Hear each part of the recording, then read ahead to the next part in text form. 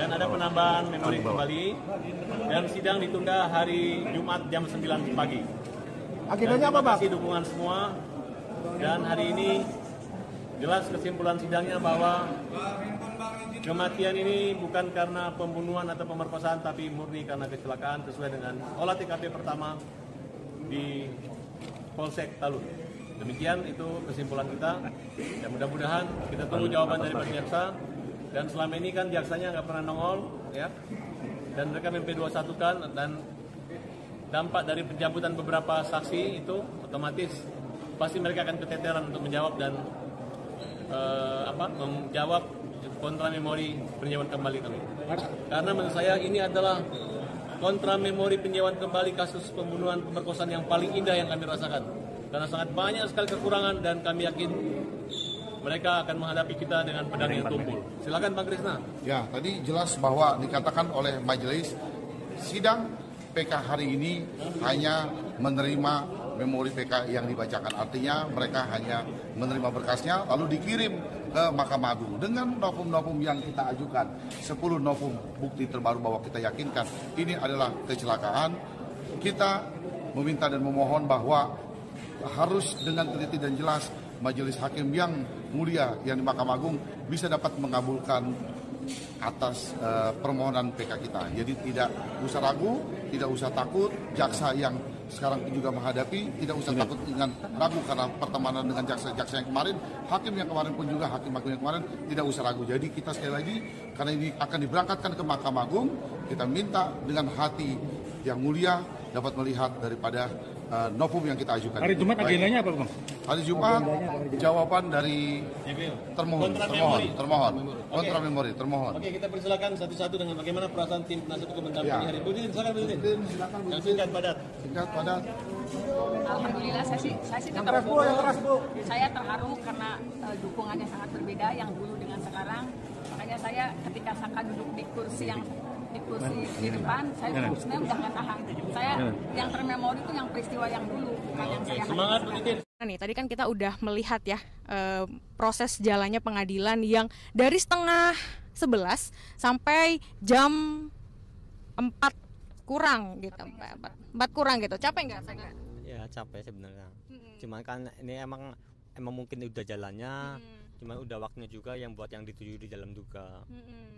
Soalnya kan kasihan juga orang tidak bersalah tapi mengapa dihukum. Oke. Nah, Saka kan pasti nggak baru sekali dong ada ke persidangan seperti ini. Gimana perasaannya setelah tadi ada di persidangan? Ya, Saka di persidangan yang tadi sangat berbeda dari tahun yang waktu 2016. Gimana tuh? Jadi 2016 tuh bener-bener orang-orang di luar sana tuh banyak menghujat Saka bahwa Saka ini seolah-olah pembunuhnya.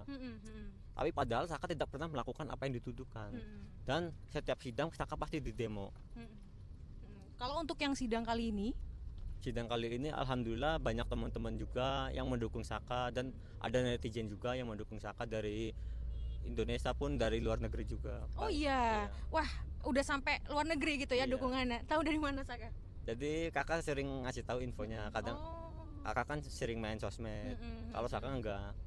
Oke. Saka, ini kan Saka juga pakai baju Perkasa ya. Tadi juga teman-teman pakai baju Perkasa. Ini gimana nih Saka ngelihat ternyata teman-teman tuh supportnya luar biasa banget buat Saka. Ya, Saka tuh bersyukur punya teman-teman yang baik-baik juga orangnya. Terus nggak pernah ninggalin temannya di saat susah maupun senang. Terus juga tuh ngebela demi kebenaran. Alhamdulillah Saka punya teman-teman tuh orangnya baik-baik, pengertian, nggak sombong. Saka, tadi tuh salah satu teman Saka ada yang bilang katanya setelah Saka bebas dari penjara waktu tahun 2020 ya, itu Saka ada perbedaan, sering ngurung, sering menyendiri gitu. Terus katanya makin kesini Saka udah mulai ceria lagi. Ini apa yang bikin Saka akhirnya bisa bangkit lagi nih buat ceria lagi, itu apa? Jadi awal tuh Saka tuh udah capek, males main-main, terus nggak jelas juga, main-main juga nggak ada gunanya. Terus apa yang bikin Saka merasa bahwa itu nggak ada gunanya? Ya merasa nggak ada gunanya, takutnya tuh nongkrong-nongkrong nggak jelas terus ketangkep lagi. Terus kena ampasnya bukan apa yang Saka lakukan. Soalnya banyak yang di kampung saya mengalami seperti saya, tidak melakukan namun ditangkap. Oke, dan untuk saat ini Saka udah mulai ini ya, udah mulai lebih percaya diri buat nongkrong sama temen-temen gitu ya. Saya nongkrong juga nggak pernah jauh, jadi nongkrongnya di rumah aja. Di rumah, temen yang ke rumah. Iya, temennya nyamper sendiri. Oke, berarti untuk saat ini Saka udah tapi gimana Saka udah mulai lebih percaya diri dari setelah bebas dari penjara? Jadi lebih percaya diri. Kalau percaya diri dari dulu juga percaya diri bahwa Saka itu tidak pernah melakukan apa yang dituduhkan. Namun tetapi ada banyak oknum-oknum yang berbicara ataupun yang seolah-olah ini pembunuhnya. Itu sebenarnya Saka tuh ngedengar, cuma Saka diem aja. Walaupun banyak yang ngomongin juga, ngomongin tuh ada Sakanya tapi Sakanya diem aja karena dia nggak tahu. Saka lebih tahu gitu ya. Iya. Tapi apa sih Saka, aku kan lihat Saka ini bener-bener berani banget gitu ya, mengungkapkan apa aja yang Saka rasakan, Saka lalui gitu. Apa yang bikin Saka tuh aku memang harus ngomong gitu, seberani itu gitu. Jadi Saka juga kan mikir, Saka kan waktu pertama masuk penjara kan ya disiksa nggak enak. Terus masa iya orang-orang yang di dalam, termasuk 7 yang di dalam, tidak pernah melakukan apa yang dituduhkan, harus menanggung beban. Ini juga kan mungkin udah saatnya juga, mumpung ada momen, jadi digunakan sebaik-baiknya mungkin. Jadi Saka mau nggak mau harus berkata jujur dan apa adanya. Oke, berarti untuk saat ini Saka udah mulai dari dulu mungkin Saka berani gitu, tapi untuk saat ini lebih berani lagi ya, karena udah lebih banyak yang support ya. Dulu kan banyak orang-orang yang nggak percaya. Terus juga takutnya tuh resikonya tuh kan otomatis kan ya rundingan dulu sama keluarga, takutnya kan ada apa-apa, keluarga takutnya kan mama juga kan banyak penyakitnya, takutnya mama tuh kumat lagi. Saka tuh nggak mau mama kenapa-napa. Saka, aku mau tanya deh, selama kamu setelah bebas dari penjara gitu ya, sampai ada sidang PK hari ini, itu apa kegiatan Saka? Kegiatan Saka ya kerja aja. Kerja. Tapi di luar kota. Jarang ada di Cirebon. Gitu. Tapi gimana pas kerja tuh rasanya gimana Saka? Ya berkomunikasi sama teman-teman baru aja, biasa aja. Oh, biasa aja.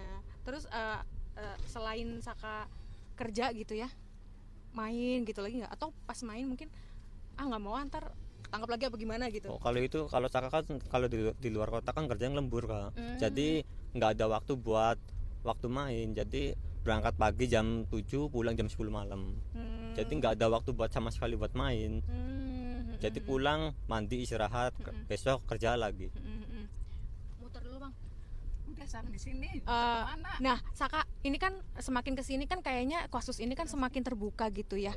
Nah, gimana Saka nanggepinnya semakin terbuka? Di sini aja Mas, jangan kejauhan Ya, Mas. alhamdulillah Saka tuh bersyukur, mungkin ini sudah saatnya dan sudah takdirnya harus terungkap semuanya. Gitu.